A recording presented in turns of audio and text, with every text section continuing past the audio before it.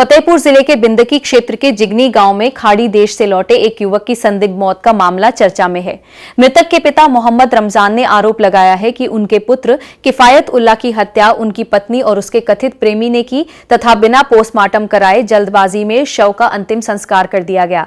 पिता का कहना है कि उन्होंने जिलाधिकारी, पुलिस प्रशासन, पुलिस महानिदेशक और मुख्यमंत्री से कब्र से शव निकलवाकर पोस्टमार्टम कराने तथा निष्पक्ष जांच की मांग की है। गांव के कुछ लोगों और पूर्व प्रधान ने भी मामले की निष्पक्ष जांच और आवश्यक होने पर पोस्टमार्टम कराए जाने की मांग की है। हालांकि इन आरोपों की आधिकारिक पुष्टि नहीं हुई है और संबंधित प्रशासनिक अधिकारियों की ओर से अभी तक कोई आधिकारिक बयान सामने नहीं आया है। मामले में जांच के बाद ही वास्तविक तथ्य स्पष्ट हो सकेंगे।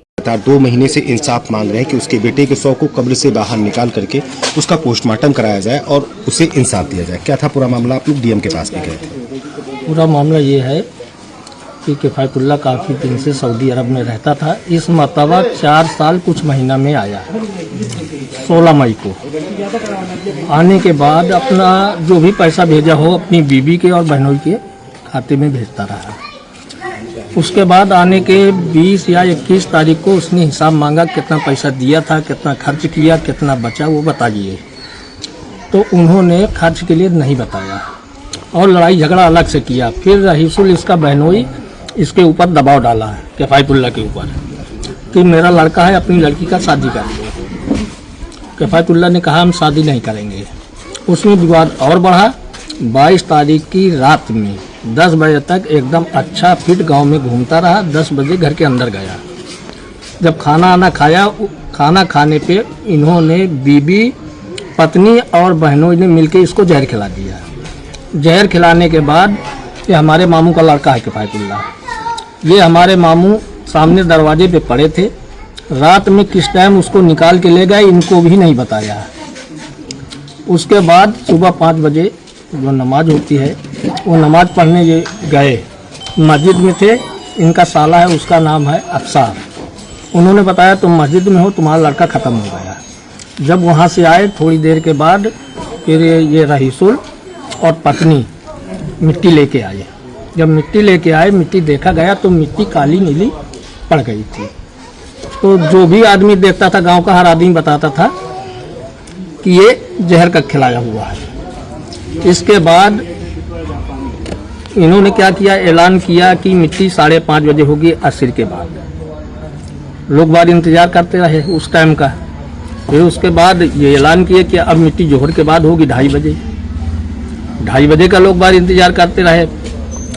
फिर ये 12:30 बजे मिट्टी दिलवा दी। तो क्या लग रहा है ये प्रॉपर्टी को लेकर के और पैसे के लेकर? ये पैसा और प्रॉपर्टी के देने लेने की वजह से ही ये घटना का अंजाम दिया। मतलब पत्नी ने अपने पति को सिर्फ पैसे की लालच में ही? पैसे की लालच से, क्योंकि बहनोई का और पत्नी का नाजायज संबंध बहुत पहले से था। मतलब हमारा कमाने के लिए और ये यहाँ पे जी।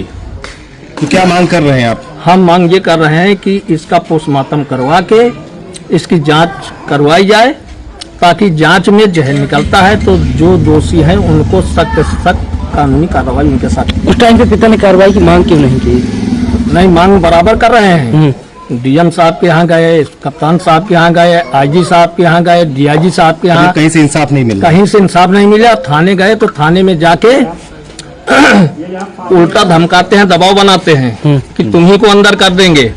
और ये रहीसुल अमीरुल ये धमकी अलग से देते हैं कि अगर तुमने कोई कानूनी कार्रवाई किया तो तुमको गोली से मार देंगे। अच्छा, तो इनकी भी, मामू की जान का भी खतरा है। क्या इनको जहर भी देने का प्रयास किया गया था क्या? जी, एक बार अब से 6 महीना पहले मामू के ही जहर देने को पानी में मिलाया गया। नसीब की बात है कि पानी बकरी ने पी लिया तो बकरी खत्म हो गई, ये बच गए। तो क्या चाह रहे हैं आप? हम ये चाह रहे हैं कि मिट्टी कब्रिस्तान से उखाड़ के पोस्टमार्टम कराया जाए, ताकि जो दूध का दूध और पानी का पानी साफ किया जाए। क्या नाम है आपका? हमारा नाम मोहम्मद इब्राहिम।